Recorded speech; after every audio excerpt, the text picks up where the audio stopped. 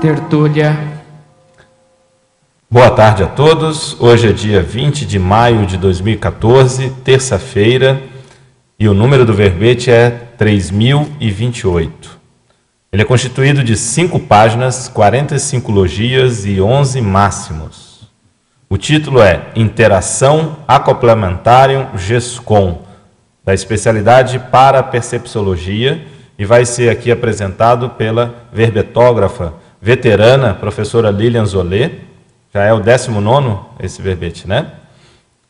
A professora Lilian Zollet, ela é psicóloga, também é fisioterapeuta, né? Pós-graduada em saúde pública, brasileira, natural de Guarapuava, aqui no Paraná, voluntária da Conscienciologia desde 2000, docente em Conscienciologia desde 2004, organizadora do livro Acoplamentário, primeira década, em 2013, e tenepsista desde julho de 2006, e agora, desde o mês passado, é EPICOM. Definologia. A interação acoplamentário GESCOM é a relação evolutiva entre o desenvolvimento parapsíquico interassistencial da CONSIM através da técnica do acoplamento energético com o uso repetido do laboratório acoplamentário e a condição da produção intelectual tarística, GESCOM. Na psenologia destacamos o holopensene pessoal do parapsiquismo intelectual, a autovivência lúcida dos parafenômenos no acoplamentário, favorecendo a elaboração pensênica homeostática, o mater pensene da parapercepciologia, o livro sendo grafo pensene fixado. Na fatologia, o acoplamentário sendo o primeiro laboratório grupal de experimentos parapsíquicos do planeta, a opção pela produção tarística, o ato de convergir a escrita tarística com as experiências parapsíquicas, a relação da autogescom com o epicentrismo consciencial, os tabus relacionados à produção intelectual, a escrita realizada a 4 mãos. Na parafatologia, destacamos o autodomínio do estado vibracional profilático da CONSIM acopladora, otimizando a autogescom, a psicografia, a conexão lúcida e indubitável com os amparadores do acoplamentário, otimizando a produção intelectual, o auto e hétero desassédio proporcionado pelo acoplamentário, otimizando o desenvolvimento da escrita tarística, a equipe extrafísica, Equipex, do laboratório, auxiliando a consciência intrafísica, CONSIM, na estruturação da autogescom. Destacamos também, na divisão argumentologia, nós temos aqui uma primeira listagem na parafenomenologia de 3 exemplos de fenômenos parapsíquicos passíveis de ocorrerem no acoplamentário, relacionados ao desenvolvimento da escrita. Também temos uma outra listagem de efeitos, que são os 10 efeitos homeostáticos decorrentes dos experimentos no acoplamentário, relacionado ao desenvolvimento da escrita tarística, de acordo com os mega-atributos propulsores da evolução. Na remissiologia, destacamos os seguintes verbetes: abordagem bioenergética, autocomprovação parapsíquica, autodidatismo parapsíquico, distorção parapsíquica e GESCOM. A frase enfática: o reconhecimento da interação acoplamentárium-GESCOM pelo intermissivista evidencia inteligência evolutiva, levando à assunção de neo-responsabilidades através da escrita tarística. Questionologia. Você, leitor ou leitora, já refletiu sobre a interação acoplamentárium-GESCOM? Quais gestações conscienciais você produziu até hoje? A bibliografia específica conta com 3 referências. Vale destacar aqui também a obra, o livro da professora Lilian Zollet, juntamente com o professor Flávio Bononato, que hoje está aqui ao lado da professora Lilian. Eles são os organizadores, que é o Manual do Acoplamentário.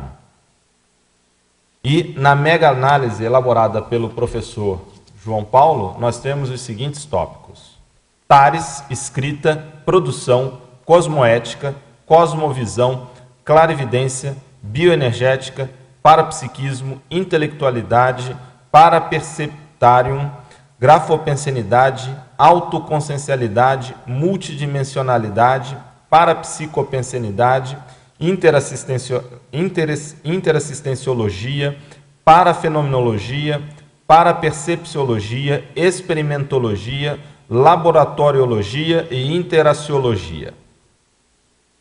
Bom, professora Lilian, como fazemos aqui tradicionalmente, a gente sempre pede para que o verbetógrafo, de início, coloque o motivo, por que escreveu ou escolheu essa temática para poder elaborar o verbete. Depois nós já temos aqui algumas perguntas dos teletertulianos.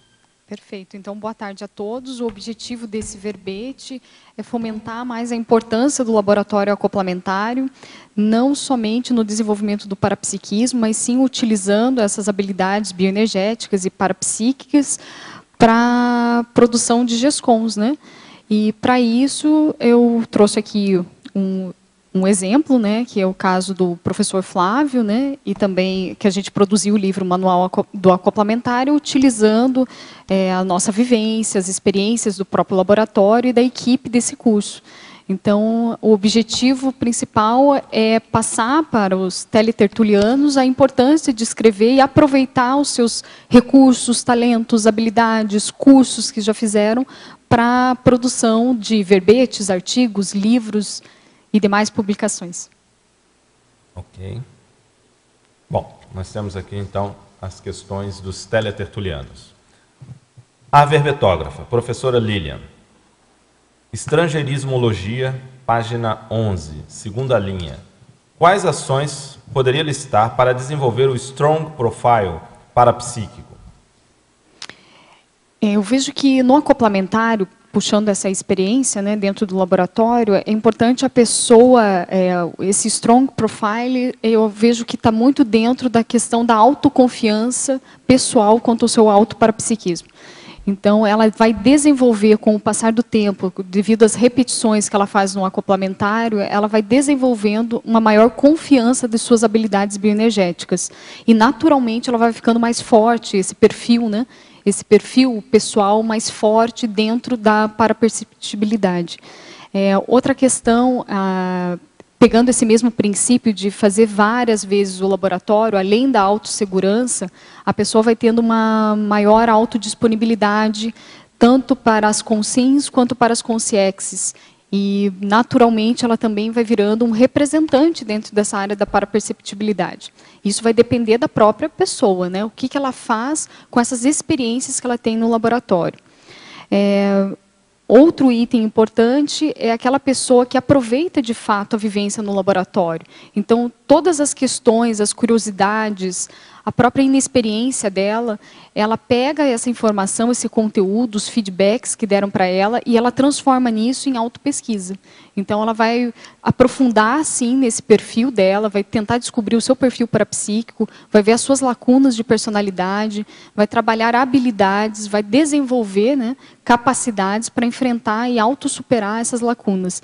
E fazendo artigos, verbetes, apresentando, se expondo, buscando essa melhora pessoal. Então, tudo isso acaba fortalecendo o seu ego dentro da paraperceptibilidade. Pensenologia, também na página 11, primeira linha. Na minha experiência no acoplamentário, percebi que é um laboratório essencialmente traforista. Poderia relacionar a abordagem traforista com a autovivência lúcida dos parafenômenos do acoplamentário, favorecendo a elaboração pensênica homeostática? Perfeito. O laboratório, eu vejo que ele tem, sim, a base, o funcionamento dele é traforístico, por essa questão de homeostase do próprio campo instalado pelos amparadores, né, e assim por diante. Porém, cabe ressaltar que a pessoa, ao se expor dentro do laboratório, ela vai perceber trafores e talentos que ela já conhece em si, aqueles talentos que ela nem percebia, e também ela vai ver dentro desse métier, ela também vai ver as questões de lacunas dela pessoal. Então, isso é muito importante. Então, a gente também não pode colocar o trafar para baixo, né? Assim, é muito importante a gente saber trabalhar com essas questões.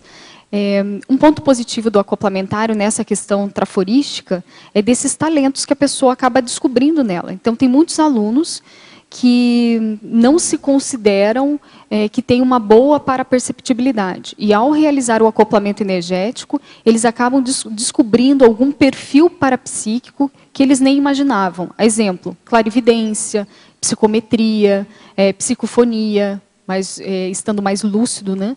Não tão passivo, ectoplasmia e assim por diante. Então, é um laboratório que visa ou busca evidenciar para a pessoa os seus talentos, as suas habilidades. Isso eu vejo que é uma característica do laboratório. Patologia, página 11, terceira linha.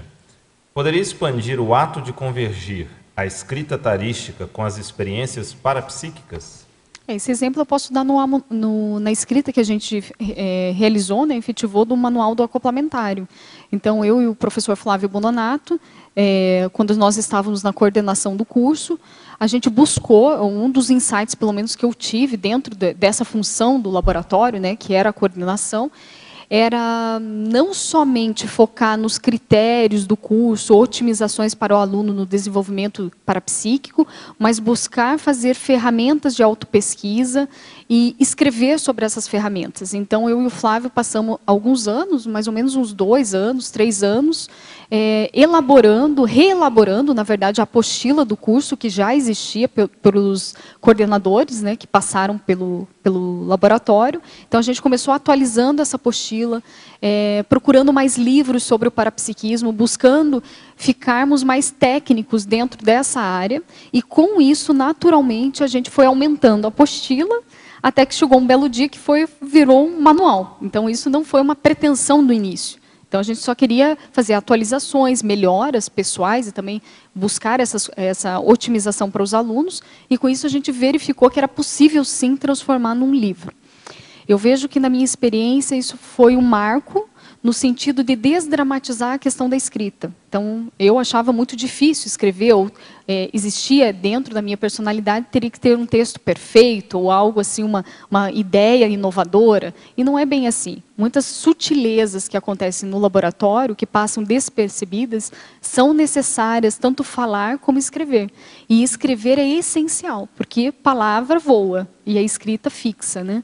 Então, ela é muito importante para desenvolver novos professores dentro da parapercepciologia, novos pesquisadores, os próprios alunos, né, que chegam, alguns inexperientes, outros não, com grande vivência, né?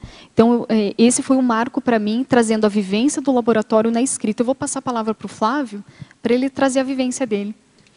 Foi interessante esse trabalho que foi desenvolvido, porque nós estivemos aí 7 anos, praticamente, né, Lilian, à frente da coordenação do acoplamentário. E eu me lembro uma vez que nós trouxemos um material para o professor Valdo em termos de dados estatísticos e o histórico, né, de alguns anos do acoplamentário em termos de números. E tinha um número lá nas condições de GESCONs, né, baseado no acoplamentário. E, na época, acho que tinham 2 artigos escritos. Ele falou, olha, está tudo ótimo, mas é uma vergonha que vocês não escrevem nada sobre o acoplamentário. A partir daquele momento, né, nós conversamos, vimos a importância de você oficializar o material ou mostrar aquilo que a vivência traz o curso, né? O curso é extremamente prático, então você tem aí 99% de prática e 1% de teoria, mas é claro que todo aluno que puder chegar para o curso, é um curso sem pré-requisitos, ou seja, qualquer pessoa interessada no desenvolvimento parapsíquico, ele pode se inscrever nesse curso. É um curso que ele começa na sexta-feira, são 3 dias, né? Mas em média na sexta, sábado e domingo, onde tem 2 campos bioenergéticos no próprio laboratório. E com isso, a vivência e as parapercepções do aluno, elas se tornam muito mais enriquecidas a partir do momento que ele tem alguma base teórica. Então, nós começamos a ver a importância desse manual, que era uma parte didática do curso, que já era oferecida, mas de uma maneira ainda muito improvisada, né, em espiral.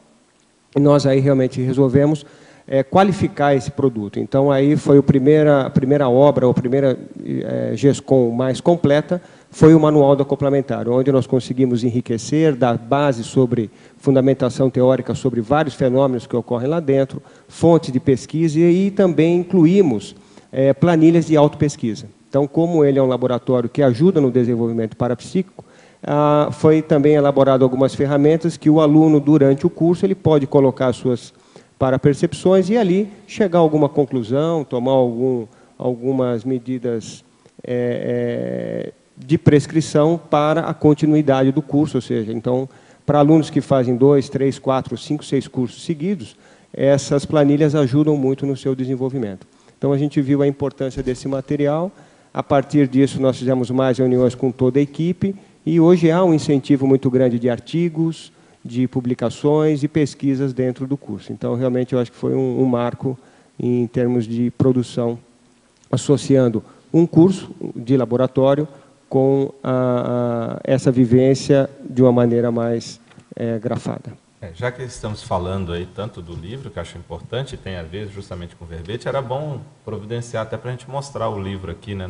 Vocês não estão com o livro aí, né? Se puder ver isso daí, depois a gente mostra aqui. É interessante que o manual vai ser relançado, então vai ter uma reedição, né, Flávio? Que é a segunda reedição, e a gente atualizou, aprofundou ainda mais alguns fenômenos, colocou algumas planilhas diferenciadas de autopesquisa, né?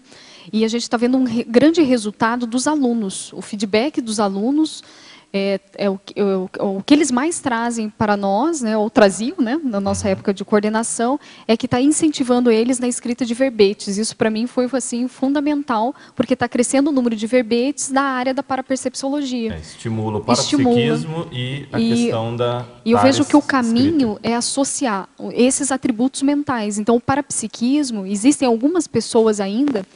pegando assim os alunos, né, mais jejunos, que eles acreditam que trabalhar com o parapsiquismo é somente trabalhar as energias e desenvolver parafenômenos. Então a gente quer quebrar isso, esse um paradigma, né?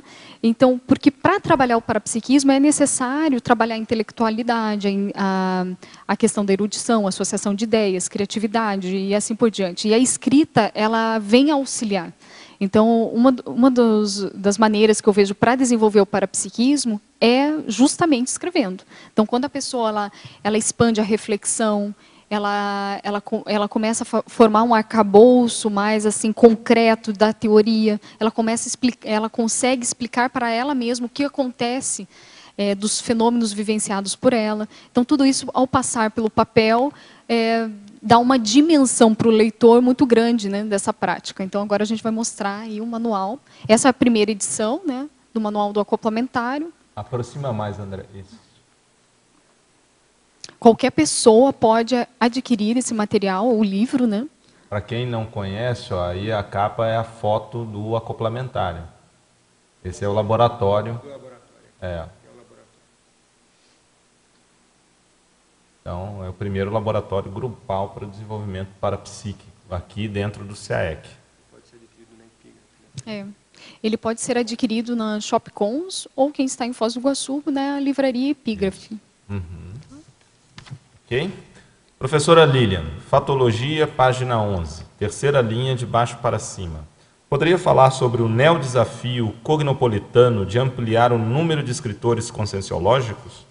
Bem, essa temática ela vem sendo trazida muito dentro das mini tertúlias pelo professor Valdo Vieira. Então, ele está estimulando de todos os jeitos, maneiras, para que a gente escreva mais. Então, vejo que é um marco da nossa Proexis atual, é escrita. Então, a gente não pode perder esse bonde nesse sentido. E existem várias ferramentas hoje dentro da CCCI para que qualquer pessoa, os intermissivistas interessados, adquiram as habilidades necessárias para escrever, desde os simples artigos, do verbete, até mesmo o livro. Basta querer, né, priorizar. Então, tem até um item aqui que eu coloquei no verbete, a questão da holomaturidade, que é a priorização da escrita conscienciológica. Por que eu estou falando isso? Então, como a gente já tem vários professores, preceptores, cursos que estimulam a escrita, eu vejo que muito dos travões da escrita vem do próprio mecanismo da pessoa, de autoassédio, de expectativas, né? Então, são condições emocionais e psicológicas que desfavorecem ela a destravar essa questão da escrita. Então, esse eu vejo que é o nosso grande gargalo. Então, é nós mesmos. Esse é o grande gargalo, né? A gente sair, né, enfrentar as nossas dificuldades, e uma das grandes dificuldades que, quando você publica um livro, você se evidencia mais, porque você está mostrando o que você pensa, o que você sente, há um reflexo de você, por mais que não seja autobiográfico.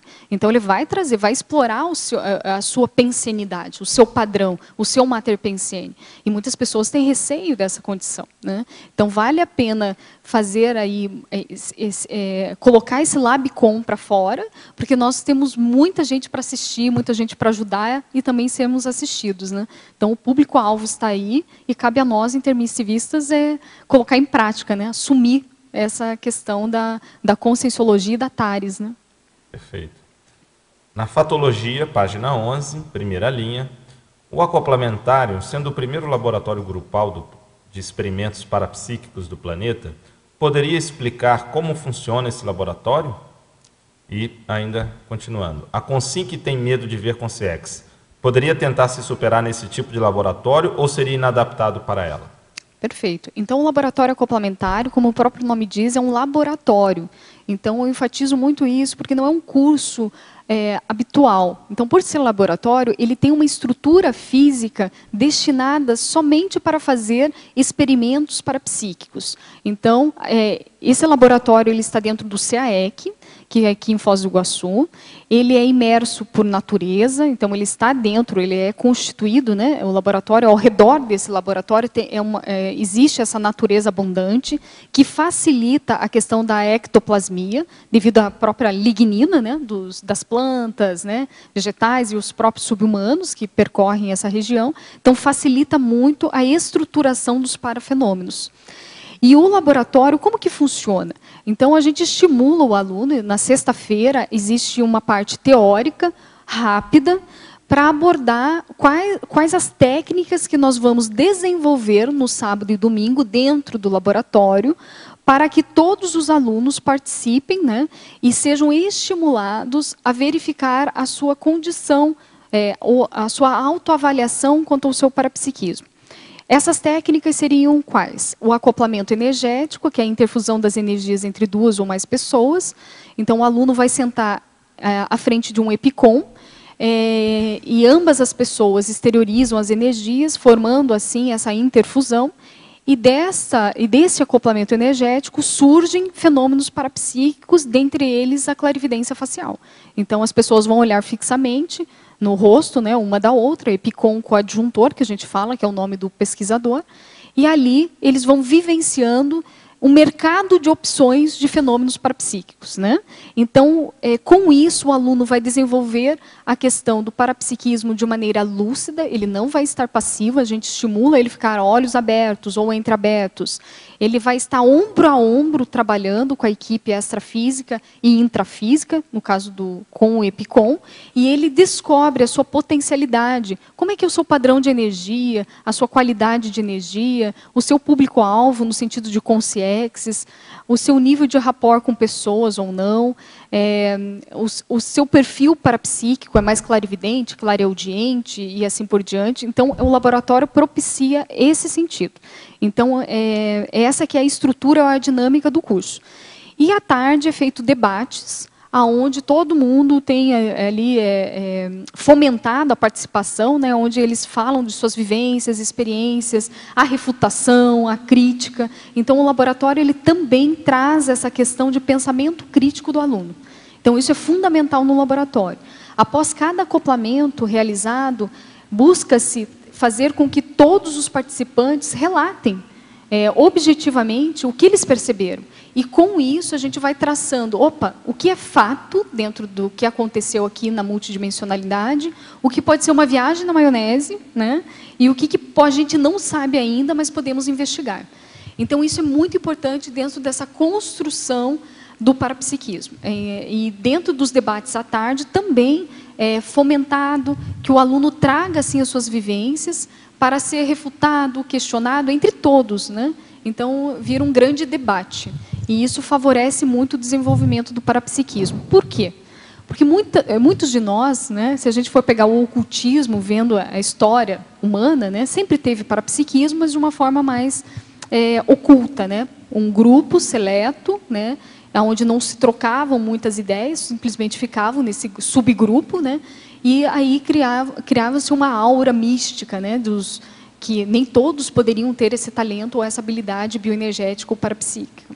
Com o laboratório acoplamentário é quebrado essa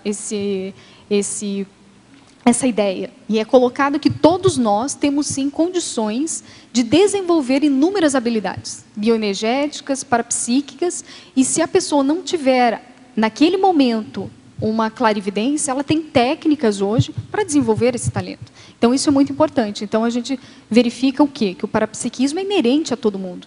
Que não existe, a pessoa não nasce simplesmente, sem esforço algum, com um talento ou um dom que os outros não possam desenvolver. Claro que existe aí a paragenética, uns possuem mais habilidades do que outros, mas tudo existe treino e técnicas para se adquirir tal habilidade, né? Então, isso é muito importante dentro do laboratório. Quanto à questão da espectrofobia, que é o medo de ver consciências, eu vejo que o laboratório é fundamental dentro dessa característica, né? Existe um verbete que se chama espectrofobia, que vale a pena você dar uma olhada. E o que eu vejo nas minhas vivências dentro do laboratório é que algumas crianças e também adultos, ou gerontes, participaram do laboratório e tinham como característica esse medo de ver consciências. E no laboratório, por ser em grupo, é um laboratório grupal, onde no laboratório existe, digamos, pode participar 65 pessoas no máximo, né? E as pessoas, elas, enfim, trocam ideias, sempre tem esse debate. A pessoa acaba se soltando, que está ansiosa, né? Essa pessoa ansiosa, ou que tem receio do parapsiquismo. Por ela se encontrar com outras pessoas, isso já favorece um ambiente mais acolhedor. E quando ela observa que os outros estão comentando, que nada vai acontecer com ela, que aquilo é uma sensação, uma experiência em que nada de mal vai acontecer, né? Então, o que de pior pode acontecer se você ver uma consciência, né? Então, ela descobre ali que não vai acontecer nada, né? Ela pode trazer alguns desconfortos emocionais devido à interação energética de algumas consciências que podem estar precisando de auxílio, mas depois essa sensação passa. Então, quando ela descobre isso junto com o grupo, e ela consegue se abrir pouco a pouco, ela vai diminuindo o seu medo de ver a multidimensionalidade. Isso é bem característico do laboratório. Então, ele é até indicado para essas pessoas que querem desenvolver, sim, a questão de ver a multidimensionalidade e perder esse receio. Lilian, por favor, na página 13, você fez ali uma listagem interessante com os 3 exemplos de fenômenos parapsíquicos que são passíveis de ocorrer relacionando ao livro, ou à escrita. Você pode falar sobre esses 3 especificamente? Sim, Fábio. Eu coloquei só 3, porque é o que eu consegui assim, retirar das minhas vivências dentro do laboratório, né? Os insights é aquelas ideias que surgem dentro do laboratório. Então, você está lá fazendo acoplamento, muitas vezes você não está no centro da realização desses acoplamentos energéticos, né? Você está você está ainda vislumbrando, né, como aluno ali naquela condição, e você acaba tendo algumas ideias, e essas ideias, quando registradas, anotadas e aprofundadas, elas podem sim trazer uma questão assim da pessoa aprofundar na escrita dela, estimular a questão dos verbetes e assim por diante. Então, insights seriam essa captação de uma ideia. A psicografia, eu já tive essa condição no sentido de, no acoplamentário, após cada acoplamento energético, é dado um tempo, né, para as pessoas falarem ou registrarem. E isso aconteceu comigo no sentido de, nesses registros, eu senti que eu estava escrevendo, eu sabia que eu estava escrevendo, mas o meu parabraço, eu senti um amortecimento e não era um ato voluntário de escrever. Ele estava automático, escrever. Aí eu fui olhar o que estava escrito, então eu não tinha lucidez do que eu estava escrevendo, tá? Para deixar mais claro, né? E foi feita uma frase que caiu perfeitamente com questões que eu estava refletindo e que batia com o acoplamento que sucedeu. Então, isso para mim foi bem interessante, porque a psicografia ela pode ter um nível de lucidez do sensitivo ou não, né? A pessoa entrar num transe total. Nesse caso, não foi isso. Foi lúcido, mas tinha assim, tons desse fenômeno da psicografia. A questão da telepatia, ela é mais sofisticada que o próprio insight. O insight é uma ideia, é um esboço que vem à mente. A telepatia, ela já vem com conteúdo muito mais formado, estruturado para a pessoa. Então, não é simplesmente uma frase. Então, é uma sentença inteira, tem todo um enredo, e ela sabe todo um conteúdo, uma situação. Né? Então, ele é mais elaborado nesse sentido. E isso também pode acontecer dentro do laboratório. Você chegou a estabelecer a relação entre esses 3 fenômenos e a pessoa que estava lá, servindo de EPICOM, e o contexto do que foi falado? O que eu vejo? Às vezes batia no sentido de o coadjuntor e o EPICOM, eles terem uma tendência mais intelectual, no sentido de algum EPICOM eram já escritores, e o coadjuntor também. Isso eu vivenciei, isso talvez, uma hipótese, facilite um campo mais mental somático para essa captação de ideias e fenômenos vinculados a isso. Porém, eu também já tive experiências onde eu tive esses fenômenos de telepatia, né, e captação de ideias para escrever, e nem o EPICOM e nem o coadjuntor eram assim, tinham um talento, não é talento, mas eles não tinham nada concretizado ainda numa publicação. Compreende? Uhum. Então, eu vejo que pode ser que o campo otimize das 2 pessoas que estão lá fazendo acoplamento, mas muitas vezes você entra digamos, num outro tipo de bolsão energético, onde você mesmo produz esse fenômeno. Então, você pega a questão do amparo de função, né? Alguma coisa nesse sentido. Então, isso tem que fazer mais pesquisas, né? Nesse sentido. Eu queria que você falasse mais sobre o que você colocou logo ali acima, em culturologia, a cultura do parapsiquismo sadio. Essa cultura, eu vejo que o acoplamentário ele vem a contribuir, porque dentro da literatura hoje, ou a gente verificando a questão dos médiums, né, no passado, a cultura não era de um parapsiquismo sadio, e sim doentio. Então, a pessoa ela realizava uma semi-possessão sem saber quem era a consciência, a qualidade de energia, o padrão. Então, ela se submetia a um fenômeno, sem ter lucidez. Então, para mim, isso é doentio. Tudo que não caminhe para a lucidez e para a autocrítica, ao meu ver, eu dou uma freada. Né? Então, e no sentido de um laboratório vir a contribuir para a pessoa ampliar a sua visão sobre a multidimensionalidade e sua atuação, no sentido de, eu posso estar ombro a ombro com o amparador. Eu posso estar ombro a ombro com a equipe extrafísica. Né? Ou com as pessoas que estão trabalhando nesse laboratório, ou, enfim, com todo o grupo. Então, essa possibilidade já cria uma cultura parapsíquica saudável, né? Homeostática. Ok, obrigada. Okay. Efeitos, página 14, o item 1, abertismo consciencial. Vivência da expansão das bioenergias e da força presencial, favorecendo a abertura da autopensenidade para a aglutinação do público-alvo proexológico. Poderia explicar essa aglutinação percebida durante os experimentos do acoplamentário? A experiência que eu tenho, eu fiz, em média, uns 80 laboratórios, como coordenadora e como aluna também, enfim. O que eu percebi? No início, quando eu entrei no laboratório, o meu nível de força presencial e a minha expansão das energias ainda era limitada. Eu não estava utilizando todos os meus talentos possíveis bioenergéticos, devido à minha ignorância, quanto à minha autoparaperceptibilidade, enfim, e quanto aos meus aspectos intraconscienciais. Quando eu fui repetindo gradativamente os laboratórios, eu fui mudando a questão da minha pensenidade sobre mim mesma. Eu comecei a descobrir talentos, descobrir tafares, e eu tive um impulso de tentar melhorar aquelas lacunas que eu havia observado. Com isso, eu fui vendo que eu melhorei a expansão das energias e a minha força presencial.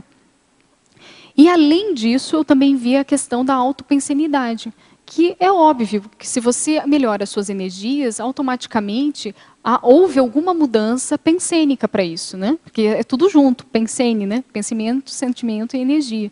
Então, há mudanças, sim, da forma de você pensar. Então, os valores inadequados são trocados, remodelados, comportamentos que são disfuncionais, houve melhoras e assim por diante. Então, houve um reflexo direto nisso, nessa autopensenidade, e que com essa melhora total da consciência, ela propicia que a pessoa vire assistente. Então, antes estava como assistido, depois fica assistido-assistente, né? Que a gente oscila. E depois a pessoa ela permanece num equilíbrio onde ela consegue ficar assistente com pequenas oscilações. Né? Então, mas ela consegue atuar como assistente, ela consegue dar o limite para ela. Opa, esse eu consigo assistir aqui, né? Então ela fica mais lúcida perante essa condição dela mesma realizar assistência. E entra a TENEPS, né? E quando ela vislumbra essa condição, que ela está mais resistente, com uma autossustentação melhor, mais qualificada de suas energias do parapsiquismo, ela se depara com o seu público-alvo, tanto intrafísico quanto extrafísico. Eu vejo assim que a pessoa, naturalmente, ela vai caminhando para uma representatividade de uma especialidade. Quando ela se fortalece, né? Quando ela realmente se aprofunda dentro da sua intraconsciencialidade. E o laboratório ele tende a contribuir com isso se a pessoa levar a sério essas experiências. Né? Professora Lilian, Fatologia, página 11, quarta linha. Poderia aprofundar os tabus relacionados à produção intelectual? Eu vejo alguns que, no sentido de a pessoa o escritor, ele é mais teórico do que prático, né? Isso é bem comum. Ou o escritor, ele não possui uma boa paraperceptibilidade desenvolvida. Então, isso são tabus, e que são ideias equivocadas, onde a gente tem que verificar se nós tivermos, né, algum desses pensamentos a prioristas, reavaliar isso. Porque eu vejo que o parapsiquismo ele tem que estar junto com a intelectualidade. Porque eu vejo que o máximo dessa condição do desenvolvimento parapsíquico é o parapsiquismo intelectual. É você entender, mensurar, qualificar, avaliar os parafenômenos. E não provocar os parafenômenos por si só, né, por sei lá, um vislumbre imediato ou algo nesse sentido. O importante é a gente tirar essas ideias, o conteúdo. E para a gente ter a ideia do conteúdo do parafenômeno, é importante uma teoria, um arcabouço teórico consolidado, para você, até mesmo para o cérebro, conseguir decodificar o que está acontecendo, né? Como que é esse fenômeno, né? Você conseguir traduzir em palavras. Então, isso é importante. E a escrita é a fixação da tua experiência. Então, mais uma vez repetindo, palavras voam, né? A escrita fixa. Então, quanto mais nós fixarmos a nossa especialidade, a nossa assistência nessa vida, a gente vai estar criando aí retrosenhas, né, para a próxima. E assim a gente vai constituindo uma marca positiva, evolutiva de nós mesmos. Então, eu vejo que a gente tem que tirar esse tabu e caminhar junto, desenvolver o parapsiquismo e desenvolver a intelectualidade. Só ressaltando que algumas das perguntas anteriores foi feito diretamente de Madrid. Perfeito. Então, estamos aí com a audiência internacional. Fatologia, página 11, quinta linha. Poderia discorrer a respeito da escrita realizada a 4 mãos? Sim, é quando o escritor, né, o autorando, ele tem a nítida sensação de ter uma consciex auxiliando ele.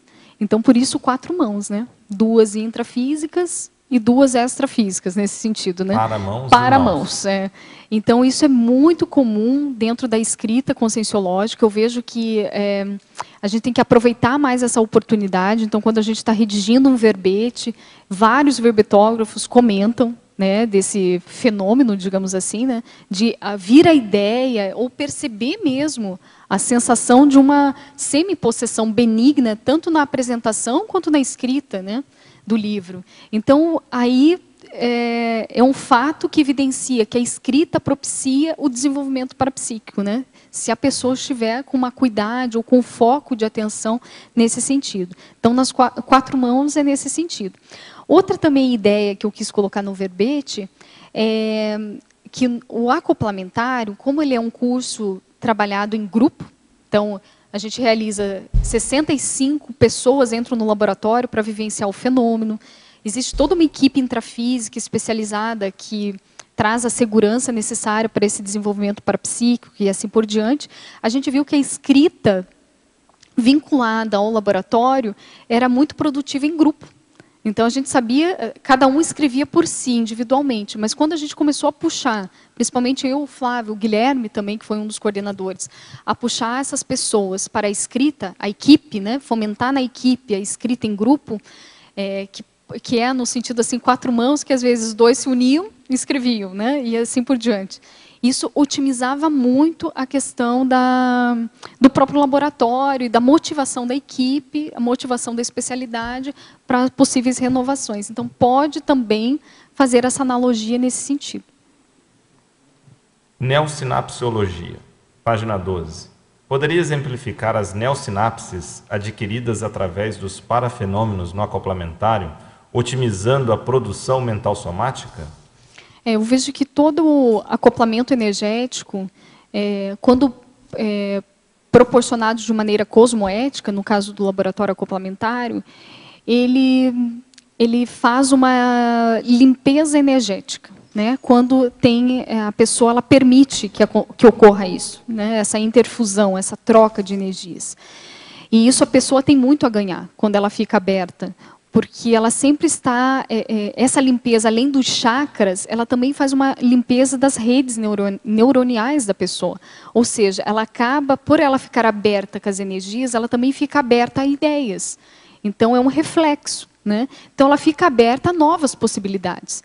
E essa abertura, ela cria, ou ela favorece com que a pessoa pegue ideias, capte ideias, que antes ela nem imaginava. Então, às vezes, são sutilezas. Ela começa a fazer associações de ideias com algo que ela, muitas vezes, menosprezava ou nem passava pela ideia, né? Então, é muito importante a gente ter uma acuidade dentro das práticas energéticas. Então, não ficar somente num ego de assistido, no caso, mas é você saber ser assistido, mas também aproveitar aquele momento para você sempre tirar algo de proveito disso. Então, o que nesse acoplamento eu mudei, ou veio uma ideia nova, ou qual habilidade eu estou adquirindo, ou qual lacuna eu identifiquei. Então, é importante essa atividade da pessoa, essa proatividade, né, da pessoa, ela ficar lúcida em todos os momentos e sempre com o foco da reciclagem, do abertismo, né,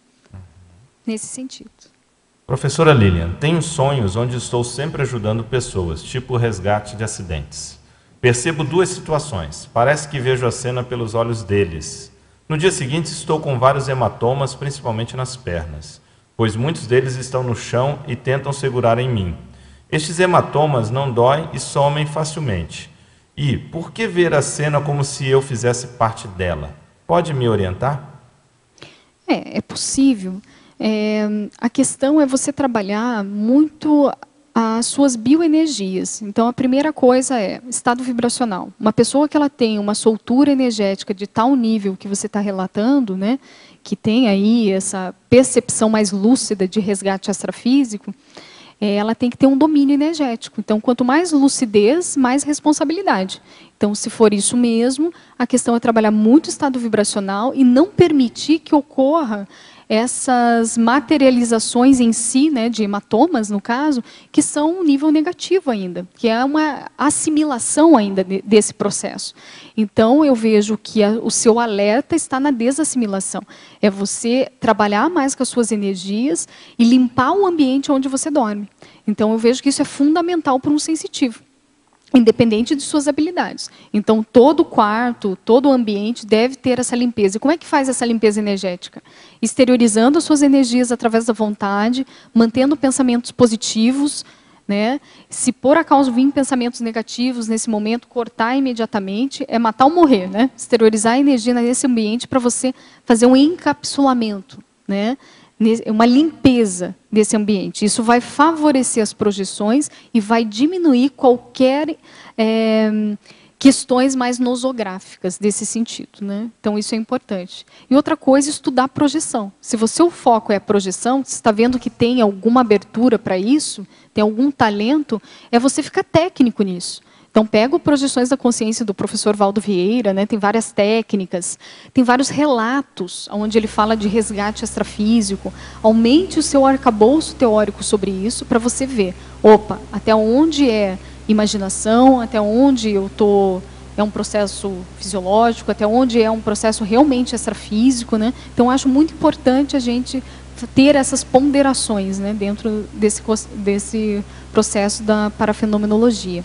E outra indicação, rapidamente, são livros de sensitivos que eles trazem as experiências pessoais e que eles muitas vezes falam de superações que eles tiveram com algum fenômeno que não deu certo ou com alguma assimilação que eles não sabiam o que fazer. Eu vejo que isso é muito importante, porque é um livro autobiográfico e vai trazer uma experiência de alguém que teve um gabarito naquela época.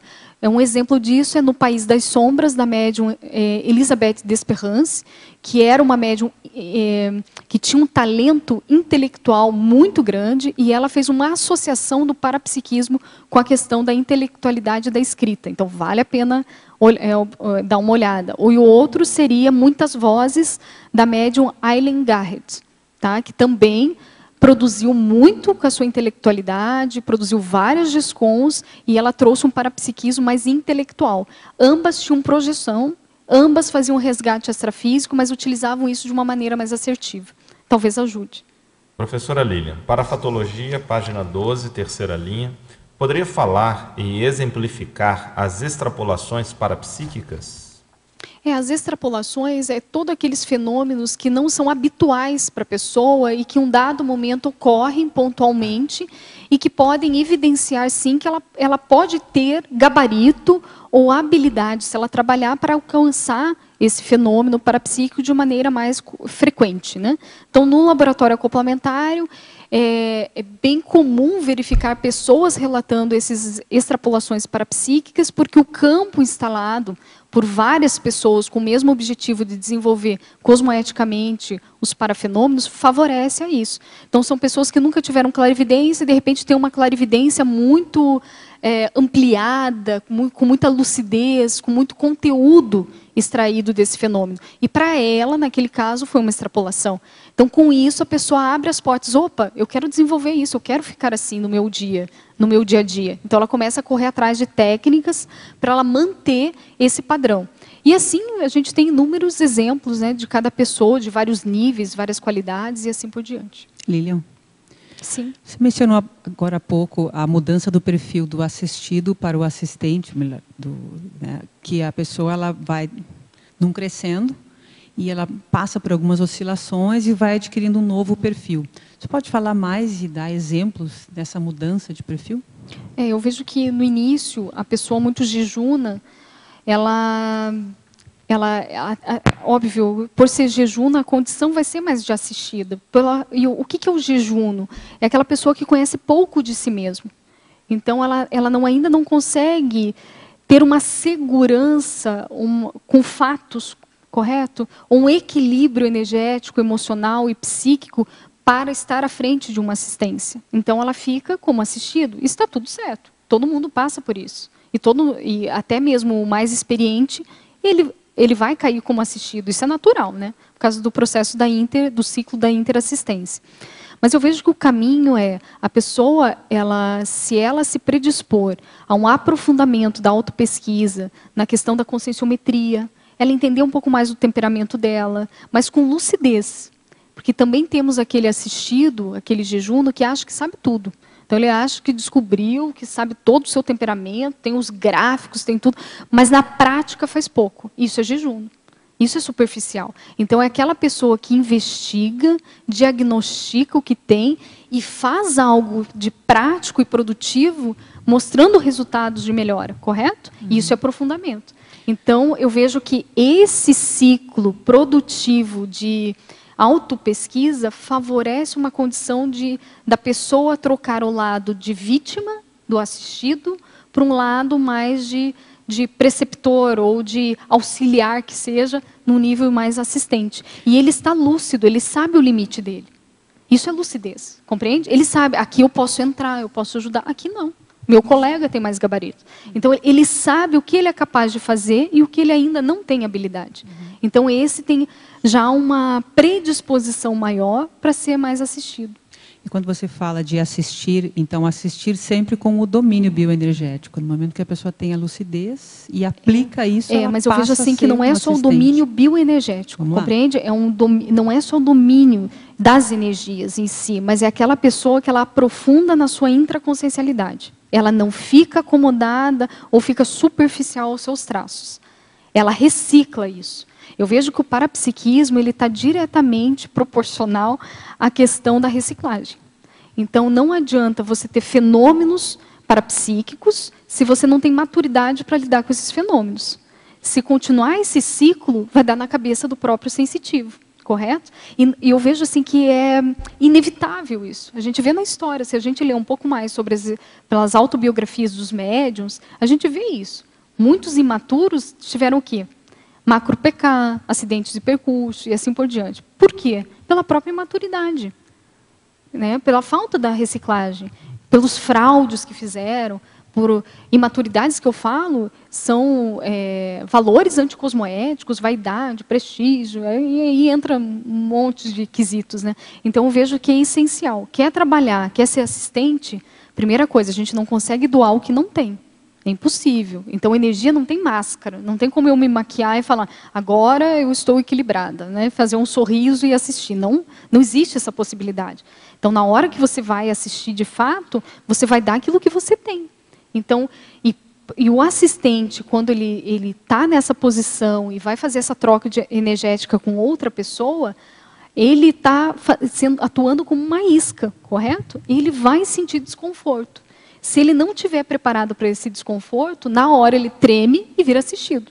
Ele deixa tudo para a água, compreende? Então, há necessidade de um amadurecimento intraconsciencial, que aí sim os fenômenos vão paulatinamente aumentando, de acordo com esse equilíbrio da pessoa. Então, não é só domínio energético, eu vejo. Existe domínio energético, emocional, psíquico e assim por diante. Ok, obrigada. Oi. Na página 12, Ciclologia, você coloca o ciclo cosmoético dos parafenômenos propiciando a escrita tarística. Você poderia falar um pouco mais sobre isso, assim, em relação por exemplo, reforçando mais a questão da clarividência no processo de associação de ideias, das suas experiências? Nilma, você pode só repetir para mim? É ciclologia? O ciclo cosmoético dos parafenômenos propiciando a escrita tarística. Então, assim, o que você poderia destacar nisso aí, que foi muito importante, né, e a gente vê que a questão é bem importante da clarividência, que é o objetivo principal, né, no acoplamentário. O que você evidenciou disso aí? Eu vejo assim, Nilma, que a questão de desenvolver, eu acho que entra muito na linha da pergunta anterior, né, da Fabiana. Quando a pessoa, de fato, o sensitivo, ele está levando mais a sério essa especialidade da parapercepciologia, e ele vai caminhando para essa autopesquisa, da sua intraconsciencialidade, né, óbvio, essa autopesquisa de si mesmo, né, de todos os seus atributos, ele vai caminhando para a cosmoética. Então, os fenômenos em si, ele vai dando o tom, ele vai colocando esses valores mais cosmoéticos dele. E, com isso, fica inevitável ou resulta numa reflexão muito maior das vivências parapsíquicas, e é como se soasse um alarme para esse sensitivo, né, da necessidade premente dele escrever sobre aquilo. Então, isso é muito interessante. Eu vejo que uma das vivências que eu tive no acoplamentário, e que foi gritante, que não era nem sutil, foi gritante, a questão da escrita do manual do acoplamentário. Então, chegou num ponto que eu e o Flávio, a gente se olhou e falou, não tem por onde a gente sair. Vamos publicar. Então, era gritante os fenômenos que ocorriam para que acontecesse isso. Então, às vezes, na dúvida, eu conversava com o Flávio, tinha uma dúvida, acontecia uma sincronicidade imediata no holociclo, né? Então, eu vejo que isso, a gente tem que ter essa cuidade muito grande. E eu vejo que o trabalho da escrita qualifica a nossa cosmoética perante a multidimensionalidade. Então, a gente vai, no ato de escrever, você vai aprofundar na tua pesquisa. Tanto na auto quanto na hétero, né, pesquisa. E isso vai qualificando a sua manifestação, vai qualificando a sua visão sobre o próprio laboratório acoplamentário. A própria clarividência, você acaba tendo maior assim, nuance de várias situações. Então, você vai tendo uma associação de ideias muito mais intensificadas do que era antes, né?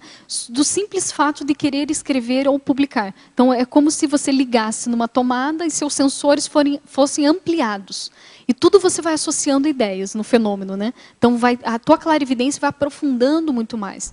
Então, ao meu ver, eu vejo que a escrita, ela potencializa muito a questão do desenvolvimento parapsíquico, se a pessoa sensitiva estiver disposta ou predisposta a ficar com maior foco na sua sensibilidade e saber lidar com esse sinergismo, né? Escrita e parapsiquismo.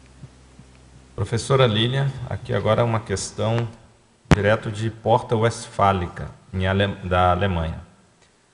Trinomiologia, página 12. Poderia ampliar o trinômio desbloqueio dos chakras encefálicos, fluidez pensênica e escrita, propiciando o desenvolvimento do parapsiquismo intelectual? Perfeito.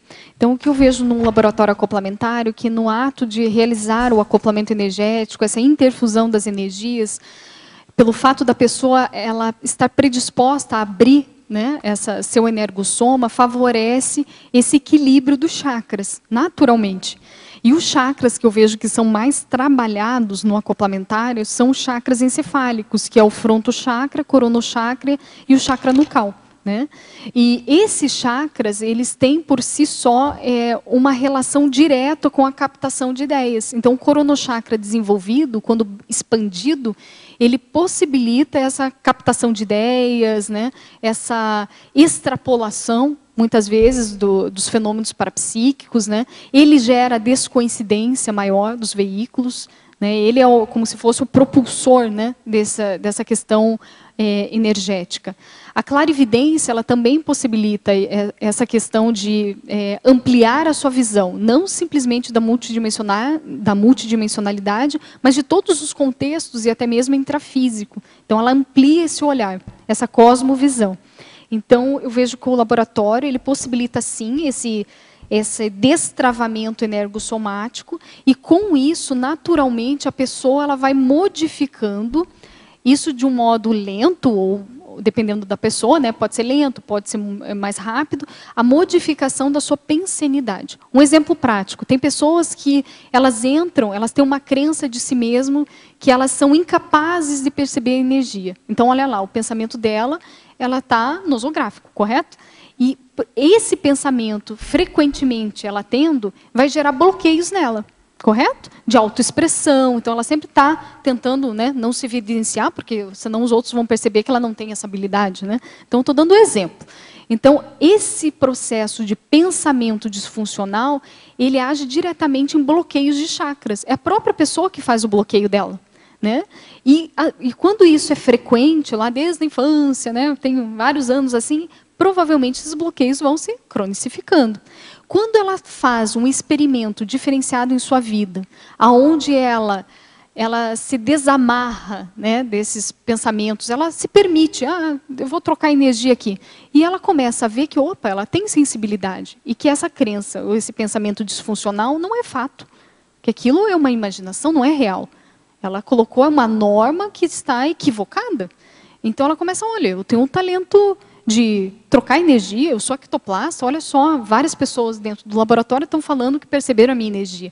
Então, ela mesmo começa a se auto-reavaliar quanto à sua pensenidade. E isso vai gerando o quê? Um desbloqueio, tanto pensênico, que é uma higiene, até certo ponto uma higiene pensênica, e também uma higiene energética. E, naturalmente, essa pessoa vai criando o quê? Neossinapses, que é novas compreensões sobre ela e sobre o mundo. Vai criando novas redes de interpretação desse sistema, né, do ambiente em si. E, com isso, pode gerar essa maior facilidade dela expressar as suas ideias, tanto no papel, na escrita, quanto na fala. Então, vai melhorar a manifestação dela como um todo. Professora Lilian, Codigologia, página 12. Como podemos incluir as cláusulas do CPC vinculadas à escrita no dia a dia? Eu tenho um temperamento muito prático. Eu fui fazer um acoplamentário sobre CPC, com a professora Cristina Aracaki e o professor Everaldo Bergonzini. E eles me deram a oportunidade de atuar como EPICOM nesse acoplamentário. E eles são especialistas na temática cosmoética, Não é minha especialidade. Minha especialidade é parapercepciologia. Porém, eu vi que foi muito interessante essa troca, no sentido de cada pessoa que passava no acoplamento energético, eu solicitava assim, reflita sobre algo que você pode melhorar, que você viu nesse acoplamento que há necessidade premente de você melhorar, e escreva rapidamente o que seria, que depois você vai escrever uma cláusula de superação disso. E foi interessante que alguns alunos fizeram e foi cláusulas práticas, né? Que eu falava assim, ó, você tem que sair do laboratório já com algo em mente para executar, para fazer isso, para cumprir essa meta. E eles fizeram. Alguns, não conversei com todos, né, não tive essa oportunidade, mas alguns me relataram que isso modificou já alguns comportamentos que eles estavam tendo, né? E, então, eu vejo assim, muito importante a pessoa, além de se autoavaliar e ver essas lacunas, os trafares, né, ela escrever algo que ela possa superar isso, de fato. E estar com isso registrado e andar com esse bloco, né, de anotações ou algo nesse sentido, para ela sempre estar se certificando. Opa! Né? Então, é como se fosse uma reeducação para ela não cair mais nesses gargalos que ela tem um vício, né? Que é a questão de comportamentos anticosmoéticos, imaturidades. Então, eu vejo que a gente tem que ser prático. Né? Identificou, opa lá, o que nós podemos fazer? E escrever essas cláusulas. Né? O professor Everaldo Bergonzini, ele tem, acho que 2 artigos na revista Consciência sobre como fazer o Código Pessoal de Cosmoética. Um está embasado nos trafares, e outros, se não me engano, na errologia. Então, ele vê os erros e ele faz cláusulas ou ações para evitar esses erros. Né? E a mesma coisa dos trafares. Ele analisa os trafares e faz cláusulas, né, para superar esses trafares de uma maneira prática. Né? Então, eu acho bem interessante. Efeitologia, página 12, segunda linha. Como restringir os efeitos nosográficos da imaturidade emocional na produção intelectual? Trabalhar com os processos emocionais. Então, eu vejo que nós temos hoje 2 ferramentas, uma é a OIC, consciencioterapia, e a outra é conscienciometria. Então, existem vários artigos publicados que também incentivam a aplicação de técnicas, né, dentre elas, checagem holossomática, verificação do mal-estar, enfrentamento do mal-estar, e entre outras, né, que possibilitam a pessoa, primeiramente, avaliar quais as emoções que estão predominando na sua manifestação, dentre elas pode ser raiva, ódio, inveja, ciúmes, né, ou alegria, euforia, entre outras. Quais as situações que acabam propiciando tais emoções, quais pessoas envolvidas. Então, tem que ter um estudo sobre isso, é uma autopesquisa. Né? Então, a pessoa ela vai verificar como que ela está se manifestando e quando que há desconforto nela. O primeiro desconforto que nós conseguimos identificar de maneira mais imediata é a nossa questão emocional, que fica muito mais evidente. Então, ela é mais fácil de você perceber. Mas ela é muito difícil da pessoa denominar o que está sentindo. Várias pessoas não conseguem descrever o que é raiva, o que é ódio, as diferenças. Né? Então, é muito importante a pessoa saber. Primeiro, ela lê sobre as emoções, para saber o que ela sente de fato. E, após essa identificação do que ela sente, ela vê quais situações ela sente isso. E começar a ver quais os pensamentos que envolvem essa minha emoção. Porque a emoção ela não anda sozinha. Ela tem um pensamento associado. E, normalmente, se a emoção ela é tóxica, o pensamento também é nosográfico. Então, é identificar esse pensamento, essa raiz. E a consciencioterapia, ela tem técnicas e tem, quando você passa como evoluciente, num set consciencioterápico, existem 2 consciencioterapeutas que vão auxiliar você nesse processo. Então, isso é muito importante, porque você tem feedback. Né?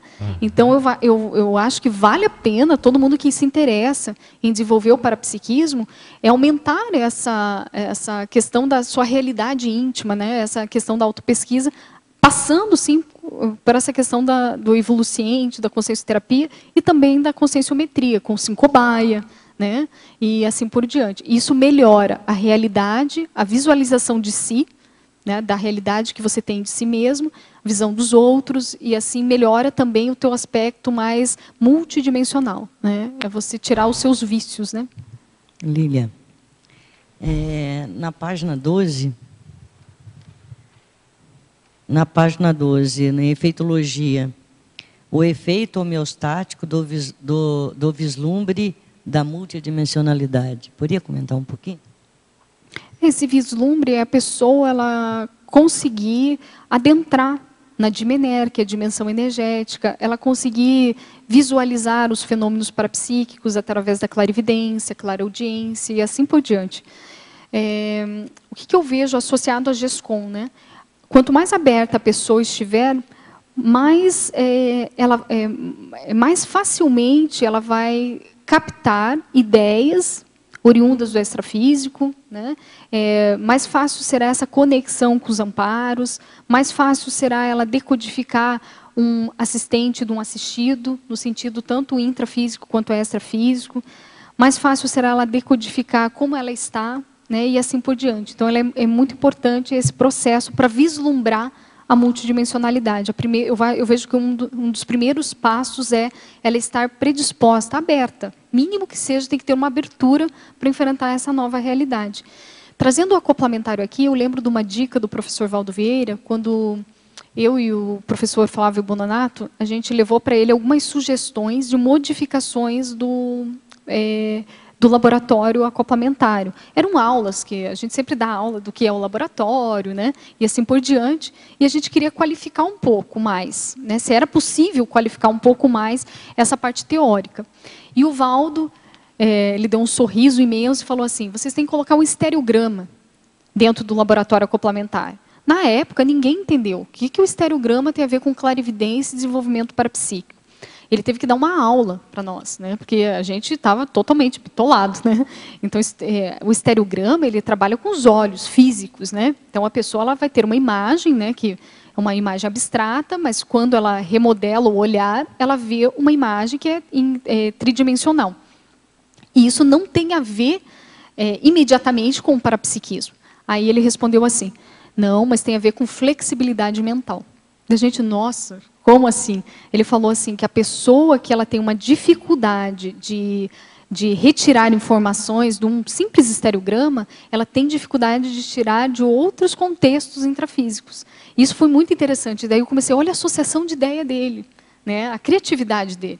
E ele falou que isso, lá no fim, vai interferir na questão do desenvolvimento parapsíquico. Então, ali no acoplamentário estereograma, não é simplesmente técnicas para trabalhar a musculatura dos olhos, né, que pode ter a ver com a clarividência, a questão do zoom óptico, né, que a gente trabalha também na questão da clarividência, mas é a questão da flexibilidade mental. É a pessoa estar aberta à condição. Né, e se perguntar, se eu não consigo, o que eu posso fazer? Tem pessoas que desistem, eu não consigo, não consigo. Imagina dentro, então, do laboratório, frente a um fenômeno, né, que ele não está conseguindo. Qual é a reação? Então, eu acho bem interessante esse processo assim, desse abertismo, né, para adentrar a multidimensionalidade, nesse sentido. Só fazer um comentário. Em 2012, começo de 2012, que eu fiz o meu primeiro complementário. Eu não sei se eu já falei isso, comentei com você, mas eu tinha uma clarividência esporadicamente, né? Levava uma semana, 15 dias... para ver alguma coisa. Quando eu fiz o complementar, eu fiquei de boca aberta. Isso aí foi extrapolacionismo mesmo. Que eu fui no começo, que eu fui uma das primeiras, quer dizer, ser a primeira a entrar, mas é a primeira a ser atendida também, né?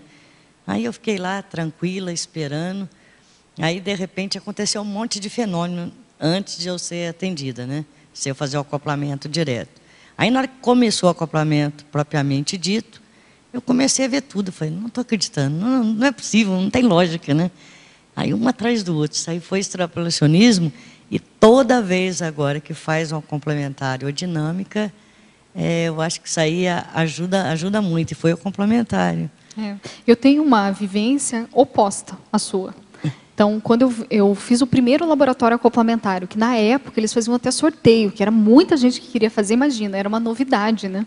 Então, eram vários voluntários querendo fazer e tinha que fazer o sorteio para ver quem, na época, era 60 pessoas que poderiam entrar no laboratório. Então, a gente ficava aguardando o dia que ia ter uma lista para saber quais pessoas poderiam participar, né, por causa desse sorteio. Era bem interessante. E deu entrar nesse laboratório. Então, era a primeira vez, eu entrei e eu sempre tive facilidade com clarividência.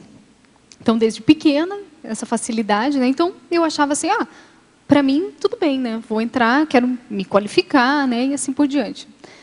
Só que, ao fazer o curso, foi muito interessante, porque eu não vi nada. E foi interessante que todos não, né? Mas alguns participantes relataram muitas vivências impressionantes. E o Valdo, na época, ele era um hipicom, assim, claro, ele tem o seu jeitão, né, de ser, a sua didática, assim, que é muito especial.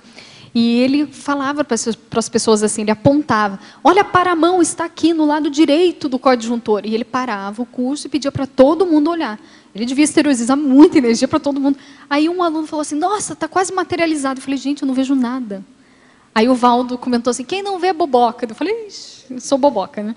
E isso, para mim, levou assim a... Eu falei, gente, o que aconteceu de eu ter a habilidade e eu chegar num curso que é técnico, eu não ter nada. Mas eu não tinha nada, gente. Mas nem enxergava a fumacinha da Dimené. Coisa que hoje eu falo para os alunos, não, a Dimené. Não tinha. É como houve um bloqueio, né? E eu fiquei extremamente introspectiva no curso. Falei muito pouco, óbvio, não percebia, mas né, eu fiquei muito assim, né, introspectiva. E no momento do debate, eu me lembro que eu fui uma das primeiras a sair quando terminou o laboratório. Eu saí do curso e eu queria ir rápido para o auditório, que no tempo a gente voltava para o auditório da holoteca para registrar. Antes era um pouquinho diferente. Eu corri rapidamente para o auditório para pensar, na verdade, não era para registrar. Eu queria saber o que tinha acontecido, né? Eu fui uma das primeiras alunos, saí rápido, assim, né? Queria sair mesmo, né? Aquela sensação, né?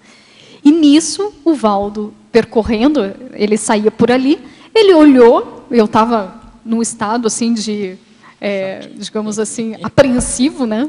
Da consciência, né? Ele parou, olhou para mim, pegou na minha mão e falou assim, isso acontece. Eu falei, como acontece, Valdo? Você nem sabe o que aconteceu. Eu falei para ele, né? Dele, eu sei. E ele começou a conversar comigo. E batata. Ele falou, eu sei, você tem clarividência, você tem tal. E começou a me explicar assim, de uma didática impressionante. E até hoje eu utilizo as informações que ele me deu.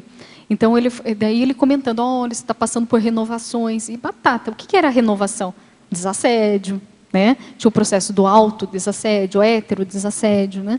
E tinha a questão, havia necessidade de mudanças prementes dos meus comportamentos, dos meus valores, compreende? Das minhas tendências. Tinha que ter uma renovação para eu prosseguir nesse caminho da paraperceptibilidade. E hoje eu entendo isso. O que eu peguei com essa informação? Ao invés de sair correndo, chorar, não. Eu falei, é isso que está faltando? Esse é do meu perfil. Eu falei, é isso que está faltando? Então, agora o que eu vou fazer com a complementar? Ele falou, se tranque aí, fique. E eu me tranquei, fiz 80. Né? Por quê? Para buscar essa renovação. E não foi difícil. Então, eu vi que no primeiro complementar eu tive essa dificuldade, mas eu acho, até um certo ponto hoje, eu vendo, que foi até patrocinada, sabe? Porque se fosse muito fácil para mim no início, eu não ia mudar. Eu ia continuar. Estou vendo, né? Estou interagindo. Ia ficar numa situação até cômoda. E com essa atitude assim mais de alerta, eu consegui reavaliar e dar o devido valor ao meu talento, que antes eu não dava. Antes eu achava assim, todo mundo vê, nem enxergo tanto. Né? Então, assim. Então eu comecei a valorizar o que eu tinha e a reciclar alguns comportamentos. Né? Essa questão da cosmoética bateu muito. Então, eu vejo que valeu a pena nesse sentido. O que eu quero dizer com isso, com essa história, né, com esse enredo? Que no acoplamentário, ele é tão livre que a pessoa vai sentir muita coisa. É um mercado, a gente fala, é um mercado de opção. Tem pessoa que vai sentir, tem pessoa que não vai sentir, tem pessoa que vai sentir um dia, outro não vai. Mas isso é importante para a autopesquisa, porque o laboratório, ele foi construído, ele foi elaborado, não simplesmente para desenvolver a clarividência. Isso é o chamariz da consciência, venha desenvolver a clarividência, mas no fundo é para ela desenvolver esse olhar mais profundo sobre ela mesma, para melhorar a autoevolução dela, para melhorar a liderança dela interassistencial. E um dos objetivos do acoplamentário é desenvolver epicentros conscienciais, é desenvolver tenepsistas, é desenvolver, então, você vê essa liderança muito grande, e nem todos entendem essa questão, mas para isso, não é, eu vejo assim que há uma necessidade da pessoa, ela estar mais atenta, compreende? Não adianta ela fazer vários cursos de campo se ela não tiver esse foco de mudança e de reciclagem. Não adianta. Então, é importante ela fazer, pode refazer, mas sempre com foco de o que eu posso melhorar. Qual o talento que eu tenho aqui, que eu descobri, né? Então, ela sempre está curiosa, ela sempre está... Não se acomodar nessa questão, né? Então, eu acho isso muito importante. Então, isso daí me ajudou muito, né? Porque, como eu falei, eu vi esporadicamente. De repente, lá, foi um patrocínio também, né? Foi muito patrocínio até, né?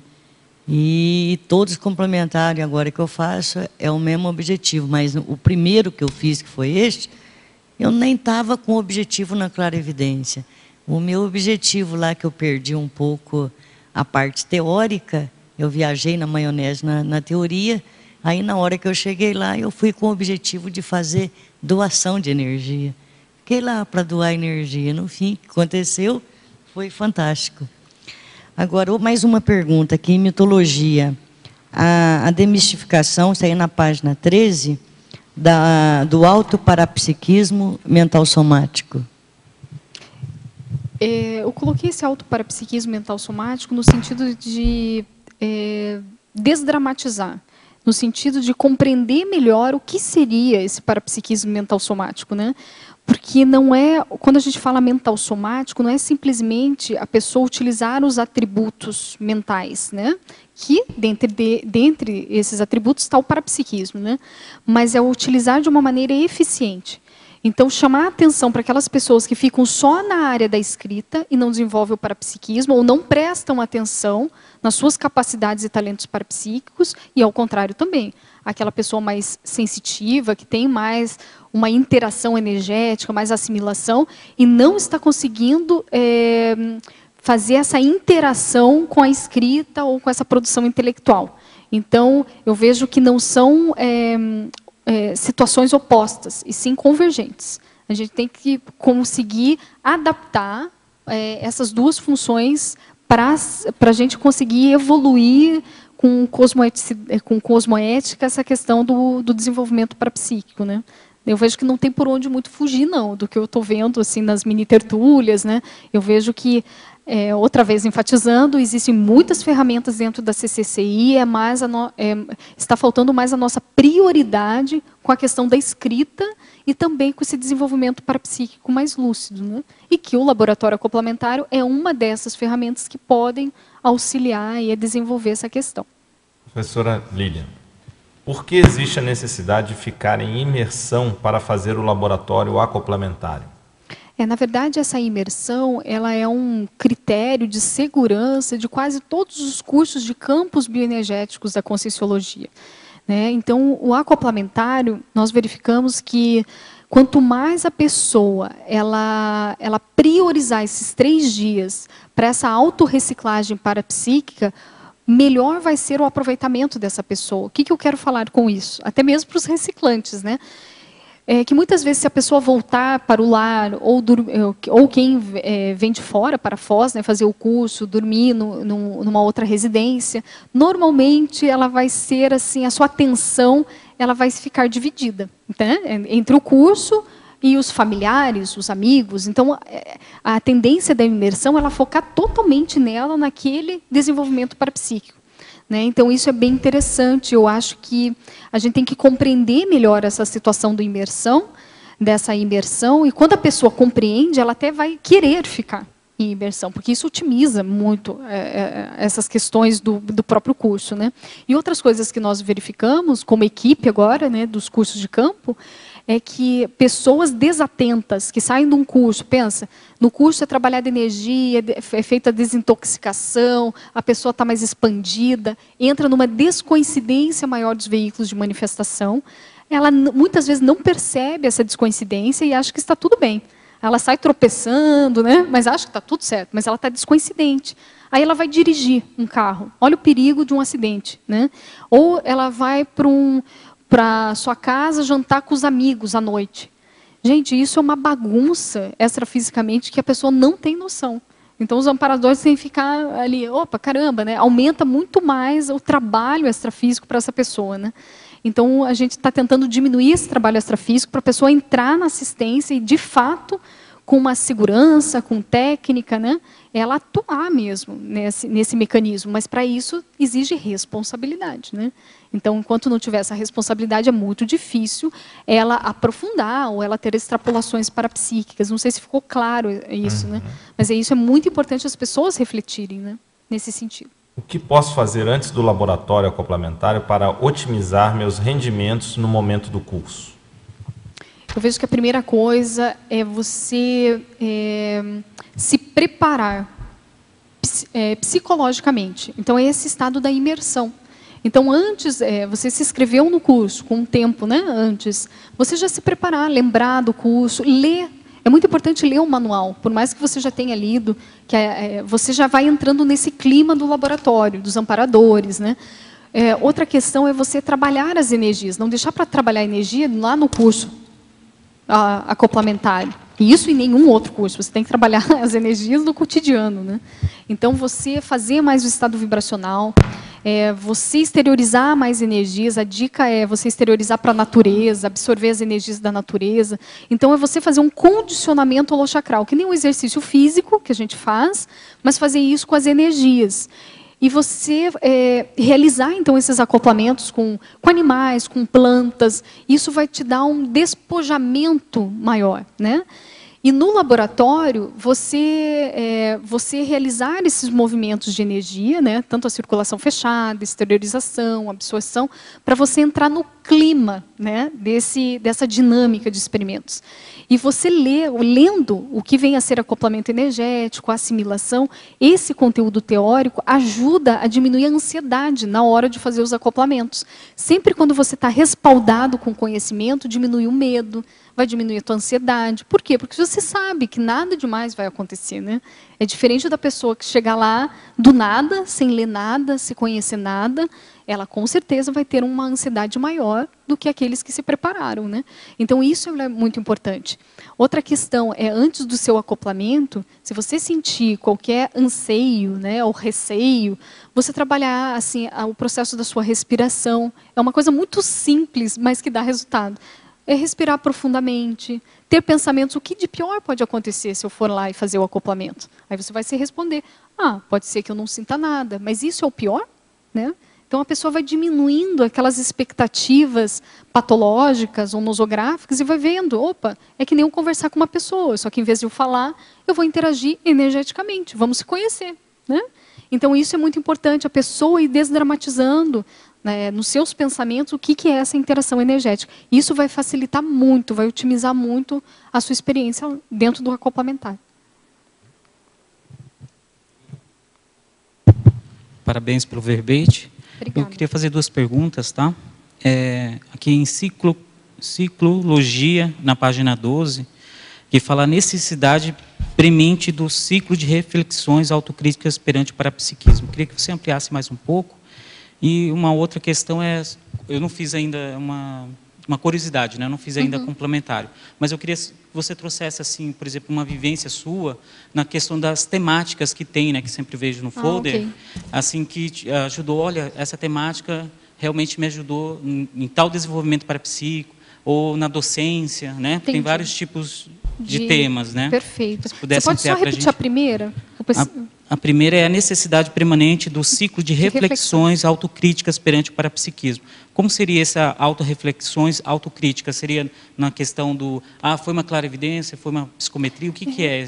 Aqui eu quis colocar no sentido da pessoa ela entrar numa imersão intraconsciencial. Eu vejo que o desenvolvimento parapsíquico necessita de momentos maiores de reflexão.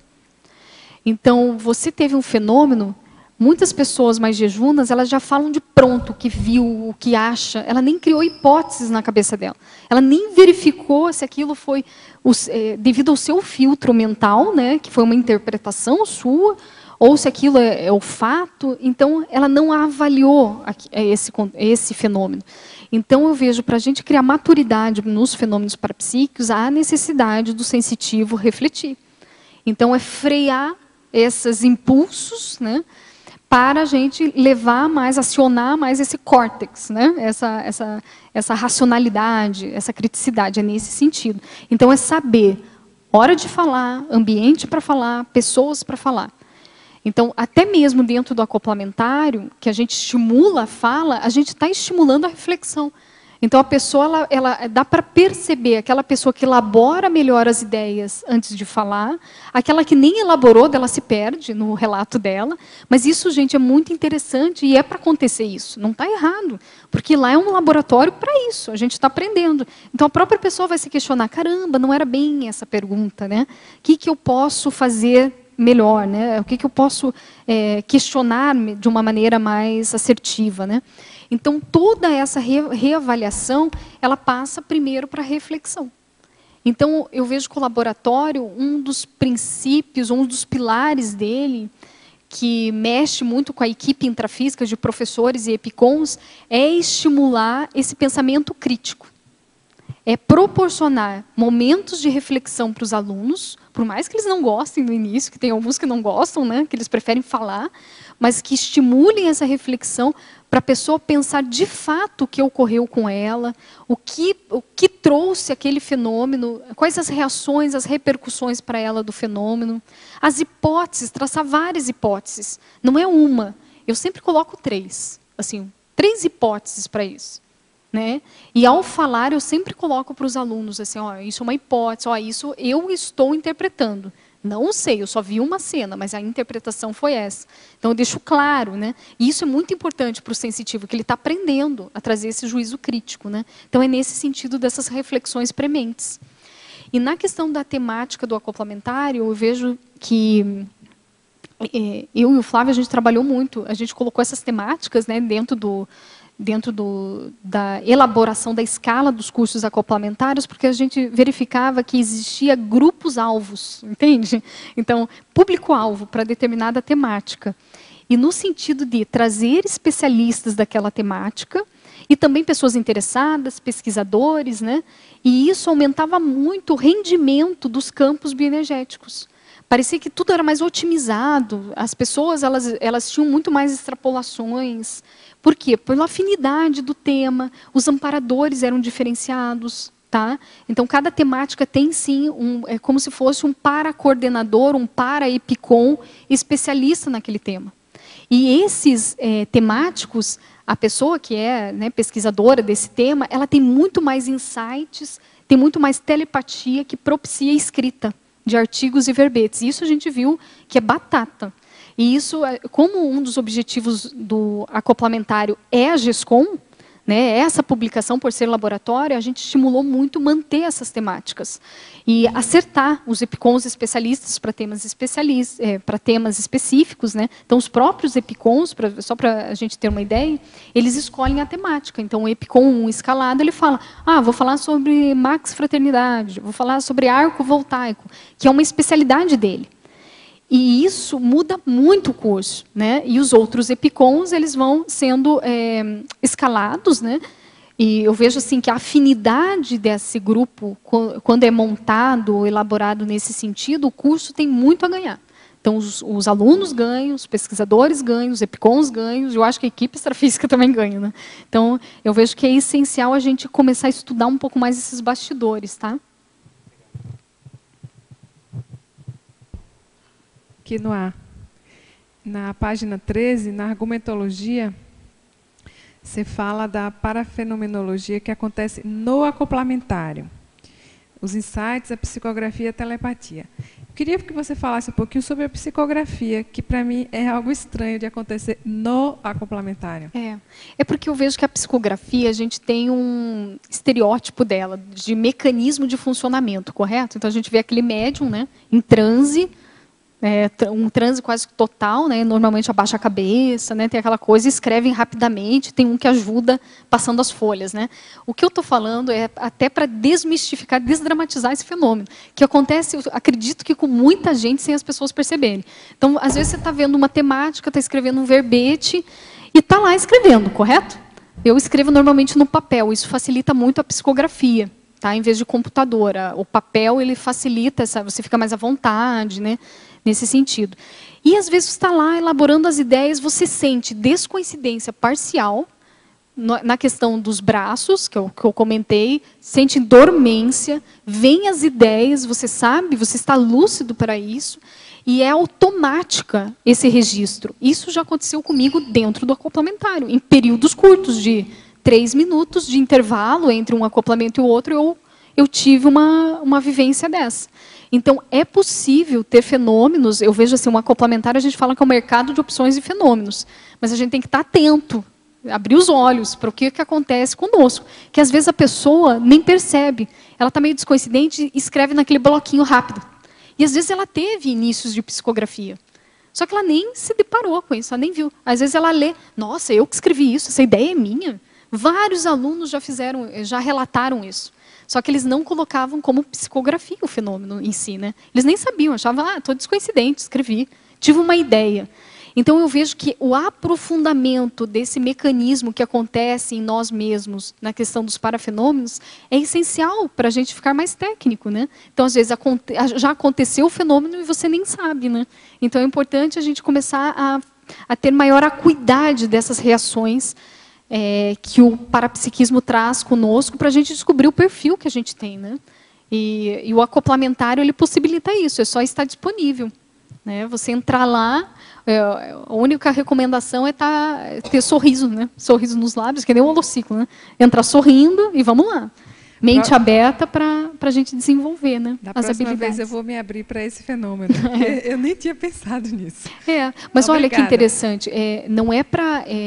porque dentro do funcionamento do curso, só para deixar bem claro, né, tem aqueles momentos de acoplamento que a gente vai ficar em mobilidade física vígil, correto? E tem os momentos de registro, não tem? Esses momentos de registro, muitas vezes acontecem inúmeros fenômenos com a pessoa que ela tem que ter uma acuidade maior. Então, não é só naquele momento que está acontecendo o acoplamento, é naqueles intervalos. Tem pessoas que relatam projeção parcial, ou clarividência viajoura nesses momentos.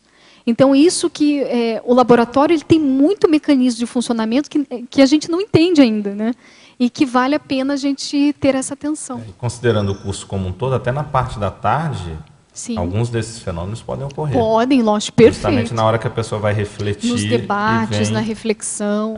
Tá? E esses fenômenos, claro, eu coloquei o laboratório acoplamentário. Tem pessoas que já teve psicografia no laboratório, em outros laboratórios aqui do CAEC. Né? Então, é possível os fenômenos desenvolverem. Basta a gente querer ter essa acuidade, né? para que eles se desenvolvam. Né? Professora Lilian, tenho constantes sonhos com um consciex e sei que não querem me fazer mal. Consigo raciocinar que é um sonho, que posso acordar, mas não tenho forças para isso. O que devo fazer ou o que está faltando? Não faço TENEPS, mas pratico EV e exteriorização de energias. Tá, o importante, se você está observando ele está percebendo o consciex, é isso, lógico? Isso, mas ele tem a noção de que elas não querem fazer mal. Isso ele coloca como sonho. Perfeito. Então, eu vejo assim que para ampliar a sua lucidez, o que você está fazendo é trabalho do EV diário, exteriorização de energia, é você, dentro dessa exteriorização das energias, é você limpar o ambiente onde você dorme. Isso é essencial para qualquer sensitivo, né, para diminuir ou cortar as interferências de consciências negativas, né? E você aplicar técnicas de projeção que aumentem a sua lucidez. Isso tem no Projeções da Consciência, do professor Valdo Vieira. Ele tem inúmeras técnicas, projeciologia, né? Tem inúmeras técnicas que você pode aplicar para aumentar essa tua acuidade, né? Você conseguir ficar mais alerta no extrafísico. Vale a pena, porém tem que ter persistência. Então, não é 1 dia, 2 aplicando que você vai conseguir. O próprio professor Valdo ele coloca em técnicas que é, em média, 2 a 3 semanas para dar os primeiros starts, né, de lucidez. Então, existe uma reeducação nossa para a projeção. Então, é importante essa persistência, essa priorização. E, com certeza, você vai aplicando essas técnicas, né, de maneira mais frequente, vai ampliar a sua lucidez e, quem sabe, você vai interagir com essas consciências ou exteriorizar para ver padrões e assim por diante, né? Isso é muito importante. E a outra questão fundamental para aumentar a lucidez é o registro. Então, quando você registra as ocorrências e você fica mais curioso com a questão de entender mais o padrão das consciências envolvidas e o seu padrão, você também amplia a sua lucidez, você fica mais atento. Né? E outra coisa que vale a pena observar é como que você volta desses sonhos. Você volta homeostático ou nosográfico? Você volta conflitivo com algum pensamento ou mais positivo? Então, aí já dá um indício de como que é o padrão dessas consciências. Né? Então, vale a pena questionar tudo. Tipo, se a gente não está lúcido, né, então vale a pena questionar, refutar essas questões da parafenomenologia. Né? Outra dica é ler. Ler bastante sobre projeções antes de dormir. Então, isso facilita essa questão da ampliação da lucidez no extrafísico, né? Possibilita uma soltura maior e assim por diante. Só um complemento também, se me permite.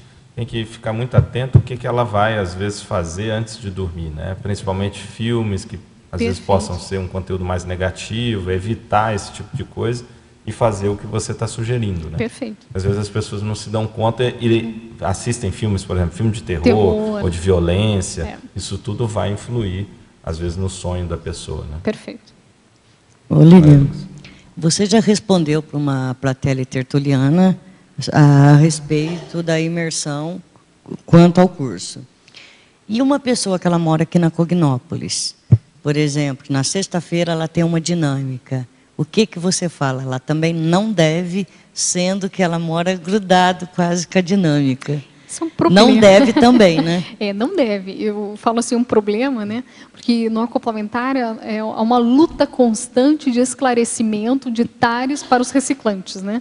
Por estar dentro da Cognópolis e morar próximo, isso não quer dizer que ele esteja imune às coisas, né? Às ocorrências extrafísicas. Pelo contrário, tem que ter mais responsabilidade.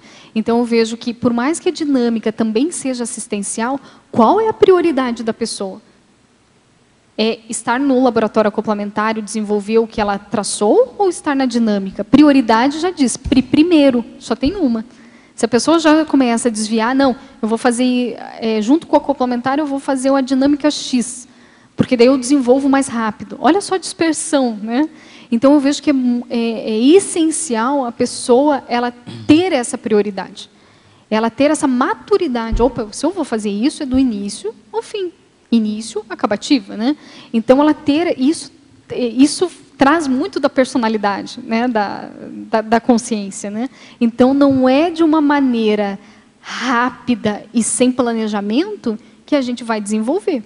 Então, a gente tem que ter planejamento, tem que ter essa retilinearidade, tá? Isso essas regras, né? Que fazem parte, porque senão a pessoa ela dispersa muito. E eu já vi casos de pessoas fazerem a dinâmica, depois fazerem um acoplamentário e relatarem isso, que depois elas ficam com sono, pedem a conexão do curso, ela sentiu que tanto na dinâmica quanto no acoplamentário o rendimento abaixou, né, cria ansiedade. Então, é que esse assunto foi comentado. E teve até acidentes de percurso, de pessoas assim mais veteranas que foram numa dinâmica sem avisar a equipe e bateu o carro e era percurso curto. Entendeu? Bateu o carro, e aí? Aí a pessoa, nunca mais faço isso. Mas precisa chegar a esse ponto para mostrar para a pessoa, né? Então, exige responsabilidade. Porque a gente não está brincando no acoplamentário, a gente está trabalhando com consciências. Tem amparadores, tem inúmeros amparadores, mas se tem inúmeros amparadores, tem números assistidos. E esses assistidos têm relações com os alunos. É vocês que estão sendo, nós estamos sendo isca para atrair, para ser atrativos deles, né? Cada um é uma chave para atendimento. E se a pessoa não perceber isso e achar que em qualquer ambiente ela vai desenvolver, né? Então, esse é um comportamento, ao meu ver, um pouco egóico. Por mais que a ação pareça assistencial, essa dispersão me parece, ao primeiro ver, egóica. Tipo, eu vou desenvolver assim, né? Vou fazer. E se ela pensar um pouco mais de uma maneira responsável, é que nem um médico. Para ele fazer cirurgia, ele pode estar em 2 ambulatórios? Não, não é? Como é que vai ser? Ele tem que estar, a presença dele tem que estar lá. Para você fazer o acompanhamento da consciência, você pode estar em outro local, você tem que estar num local propício para aquilo, para aquela consciência, né? Então, isso é muito importante para ter um pensamento de assistente. Compreende? Senão, ainda a gente vai atuar como assistido. A gente fica solto, tentando tudo, né? E no fundo não está fazendo nada, né? Nós estávamos entre 5 pessoas conversando sobre isso. Eu já fiz vários acoplamentários e nunca fiz a dinâmica junto, né? Mas é bom para esclarecer, né? Isso é bom. Agora, em efeitologia, na página 13, lá, os 10 efeitos homeostáticos decorrentes dos experimentos no complementário. Você poderia comentar sobre o 2, o 6, e o segundo, o sexto e o oitavo? Tá, o segundo é página 14. Autoconscientização multidimensional, né? A assunção das responsabilidades firmadas no curso intermissivo, e dentre eles a escrita tarística. A minha ideia, ao meu ver, o intermissivista, ele colocou uma cláusula dentro do curso intermissivo de escrever nessa vida. Por quê? Qual que é o meu argumento? Primeiro, porque o Valdo enfatiza um monte aqui, né? Que nós, intermissivistas, precisamos escrever, porque isso vai fazer o arcabouço da ciência conscienciologia, vai auxiliar. O Valdo já escreveu muito, mas ele também precisa de novos autores, novas ideias, porque a gente fala do paradigma consciencial, e para a gente colocar o paradigma consciencial na prática, a gente precisa escrever para ver coisas novas, refutar também as antigas, construir. Está sempre em construção essa ciência, né? A conscienciologia. E para isso a gente precisa se mexer, né? A gente precisa estudar mais, pensar, né? E escrever, porque a escrita é a consolidação disso, né? Então, eu acho muito importante. Hoje, ele falou muito sobre isso, sobre a escrita. Então eu vejo que não tem mais por onde... Na mini tertúlia. Na mini tertúlia, né? Então, não tem mais por onde fugir, né? Eu vejo assim, é formado o círculo mental somático, né? Todos os sábados. Para quê? Para estimular novos autores. Ele até colocou autores de um lado, né? E não autores do outro. Para quê? Para evidenciar, né? E isso demonstra a maturidade nossa do grupo. E eu vejo que o Valdo sacou muito, é uma sacada evolutiva, né? Que ele precisa de novos especialistas. Para que aprofundar cada vez mais as especialidades, né? Ele fez a parte dele, está fazendo, e nós, né? É muita especialidade, né? Então a gente tem que o momento chave de nós fazermos parte dessa equipe do Valdo ombro a ombro, cada um do seu nível. Ele está dando oportunidade. Ele falou: vem, vamos lá, vamos escrever, né? Vamos lá. Se não tem experiência, começa com um tema, né? Que e essa questão de não ter experiência, eu vejo que também é um mito, né? Todos nós temos experiência em alguma área. Basta se abrir, né, e colocar isso na prática, na escrita, né? Então, isso é nesse sentido. Qual era o outro número? Desculpa. A sexta. Auto-organizaciologia. Melhoria na organização existencial, possibilitando a assunção de neorrotinas para a produção intelectual. É fundamental. Quem prioriza escrita tem que ter organização. Eu escrevi 2 livros do acoplamentário, coautoria e organização, né? O Manual do Acoplamentário e o Acoplamentário Primeira Década. E eu vejo assim que se eu não tivesse rotinas de trabalho junto com os professores que escreveram comigo, não sairia, óbvio, né? Então tem que ter. Então tem que estipular horário, rotina. E tem que ter, isso tem que estar muito bem claro para o escritor.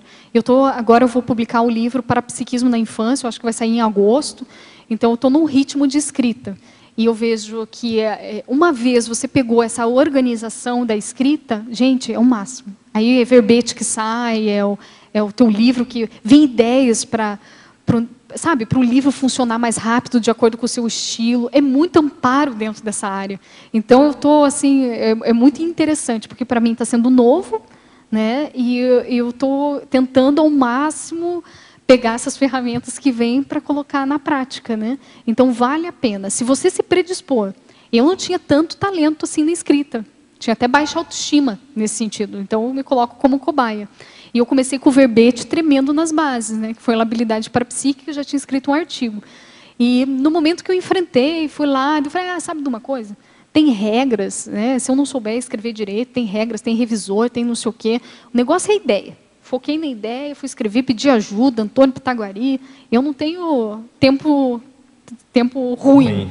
Se eu não sei, eu vou aprender, né? E vou aprendendo. E hoje eu digo assim, hoje eu estou escrevendo verbetes com facilidade, né? Então tudo é questão de adaptação da tua habilidade, construção de nova habilidade. Isso é o máximo, isso te dá desafios novos, né? Então escrever um livro é totalmente diferente do verbete. Então novas habilidades para você conquistar com o seu estilo. E uma vez você conseguiu concretizar isso, não tem preço. Você se sente segura do que você está fazendo, você sente melhora a tua força presencial.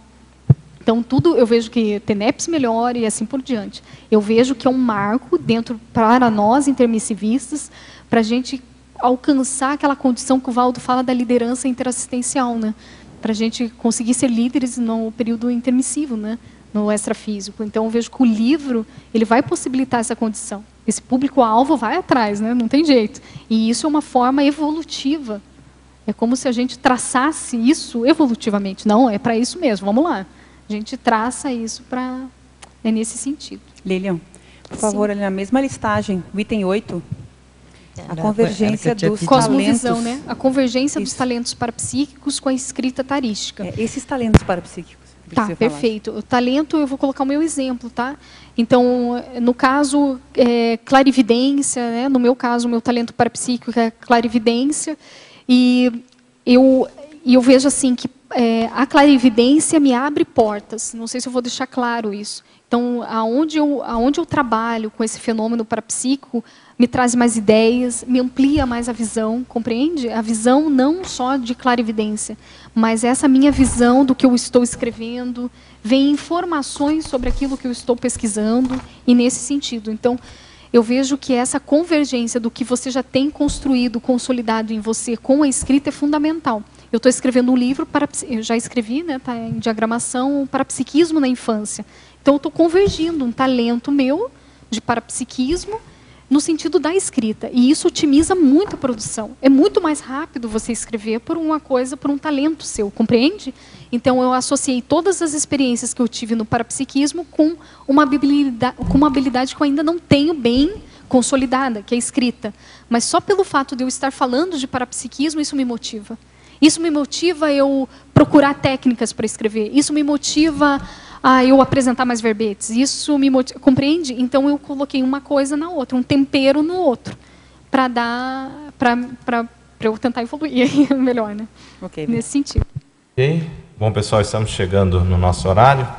Gostaria de agradecer à verbetógrafa, a professora Lilian Zolê, por esse verbete, e esperamos as centenas de outros verbetes sobre essa temática e outras, né? Acho que é um exemplo para todos nós aí dentro de linha de PROEX, de identidade interassistencial, com a especialidade assumida, né?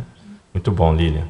Gostaria de agradecer também a presença dos tertulianos, agradecer os teletertulianos também, agradecer aqui a equipe, hoje o professor Christian e o professor André, agradecer também a equipe de amparadores extrafísicos e todos aí que de forma direta ou indiretamente contribuem para o desenvolvimento dessa tertúlia. Bom, vamos então aos nossos comerciais e até uma próxima oportunidade. Obrigado.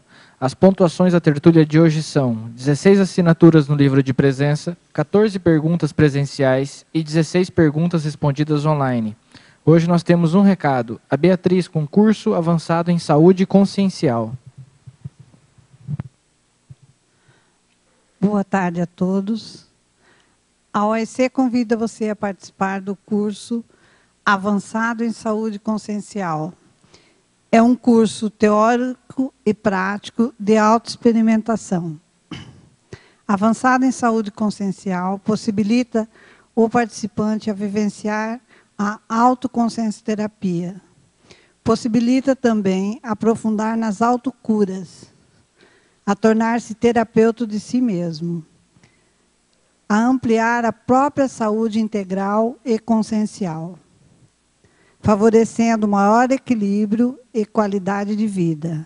Esse curso acontecerá no campus da OEC, com início nos dias 16 e 17 de agosto próximo.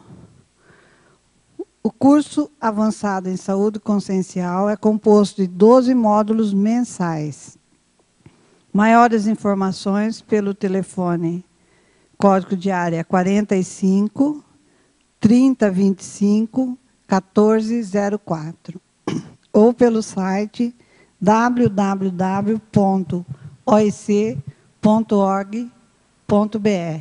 Obrigada.